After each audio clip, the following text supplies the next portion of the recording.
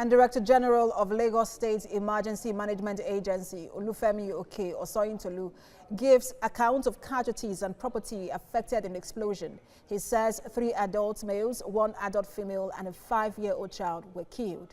11 buildings on 4 streets and 17 shops were also razed, while 33 trucks, 3 cars and 3 tricycles were also burnt in the fire. And TVC correspondent Sarah Ayeku joins us now for an update. Sarah, we know that you have been monitoring this situation.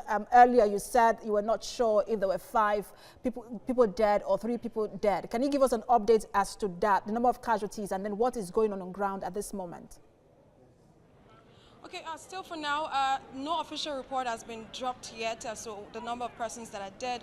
But we know that some persons were taken to the Abule Egba General Hospital. From our findings, we got to know that those persons were taken there, but they were later transferred to the Gbagada General Hospital. So we can confirm that 5 persons have been transferred to the Gbagada General Hospital for treatment. These are the persons that were injured from the incident last night. But I want to tell you that apart from those persons that were injured, properties, of course, worth millions of naira were actually destroyed in the inferno. This building is part of those things that were destroyed. The other building, there's a street called Hamid Sadiq Street. Most of the buildings there were actually destroyed by the inferno. And see this guard here, this something like a perimeter fencing being made by the NNPC to ensure that people do not build on the right of way. But a picture for you as to what was obtainable here before is that we used to have some sort of mechanic shop around here, lots of truck parked in this area. But right now, is what you see now is where the pipeline is, which is the right of way of the NNPC.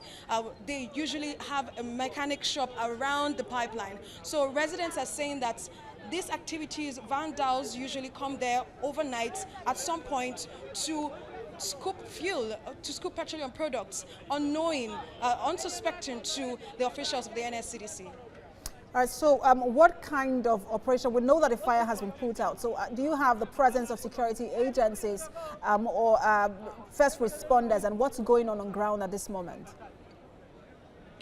Earlier, we had a lot of agencies. Talk about any agency that we have in Nigeria. We had them here at the fire incident site. But right now, we do not have so many of those agencies here. We know that Nostra is here. Earlier, we had the DPR, we had the LASEMA agency, we had the police commissioner earlier to check out what the situation is like at this scene. But right now, of course, the fire service agency, they're no longer here. Earlier, you had the trucks of the PPMC parked here. We had trucks of the fire service parked here, but now they have given us the assurance that we will not see any kind of a reoccurrence of the incident that happened last night. So we do not have all the agencies here right now. They seem to have left duties for other agencies to probably do their own bid. But of course, people have been here since morning, monitoring incidents. They've been here trying to see what will go on, what will happen. But according to the general manager, the GMD of the NNPC, he says that what will happen from now on is that they will ensure that buildings on the right of way of their pipelines will be demolished very soon. All right, thanks, Sarah. Our correspondent Sarah Ayeku live for us in Lagos.